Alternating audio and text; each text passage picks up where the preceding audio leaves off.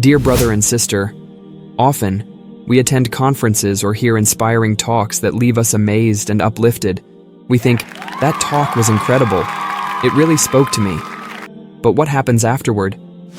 We go home, and within a few days, life resumes its usual pace, and we find ourselves stuck. The motivation fades, and no real change occurs. The question we must ask ourselves is this: how can I change now? Allah tells us in the Quran that those who sincerely seek huda, guidance, will be guided. The first step toward meaningful change is to recognize that something within us needs fixing. We can't blame others or wait for external circumstances to change. We must take responsibility for ourselves. Change starts with action, and I want to share with you 5 practical steps to help you begin that journey. Point 1. Eliminate poisons from your life. The very first step in self-improvement is to remove the things that hold you back. These poisons could be anything that hinders your relationship with Allah: bad habits, sinful actions, harmful relationships, or distractions that waste your time. You can't build a better life without first cleaning out the things that are harming you. For example, imagine someone trying to improve their salah. They want to feel connected to Allah, but their eyes and heart are preoccupied with things that Allah has forbidden. Do you think they'll find focus and humility, khushu, in their prayer? Of course not. Imam Ibn Qayyim rahimahullah taught us that the heart is like a vessel. If you fill it with anything other than Allah, there will be no space left for Him. Imam Ath-Thawri rahimahullah beautifully said, if you have a dirty cloth, you don't accessorize it, you clean the stain first. Similarly, if your heart is stained with sins and distractions, you must cleanse it before adding good deeds. Start by identifying what is holding you back. Is it toxic friendships? Is it time spent on things that don't benefit you? Is it laziness in your worship? Be honest with yourself and begin the process of cleansing your life. Once you eliminate these poisons, you'll find that your heart naturally inclines toward Allah. This is because our fitra, our natural state, is to seek Him. Point 2. Prevention is better than cure. The saying, an ounce of prevention is better than a pound of cure, applies perfectly to our spiritual lives. Many people wait until their sins have caught up with them, or until calamities strike, before they decide to make a change. But climbing out of a deep hole is far harder than avoiding it in the first place. Shaitan works step by step. He begins by planting a fleeting thought, safra, in your mind. If you entertain it, that thought becomes more subtle and persistent, fikra. You start thinking, what if I do this? Or, how bad could it really be? If you don't stop it, it turns into an intention, niyah, then determination, azima, and eventually action, amal. Over time, repeated actions become habits, ada, and those habits define who you are. Shaitan convinces you that the sin is minor, that it's temporary, or even that it's beneficial. But as these habits grow, they harden the heart, kill your connection to Allah, and rob you of blessings. Prevention is the key. Stop the sin before it begins. If a bad thought crosses your mind, cut it off immediately by seeking Allah's protection and redirecting your focus. The sooner you stop the sin in its tracks, the easier it will be to avoid falling deeper.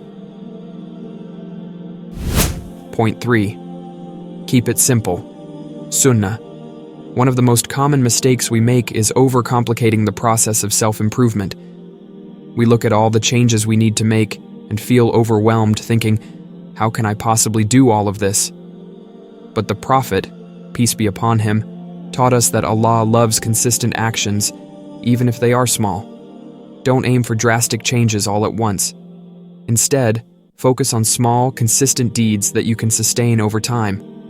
For example, commit to reciting a few verses of the Quran daily, praying a sunnah prayer regularly, or making dhikr while driving or walking.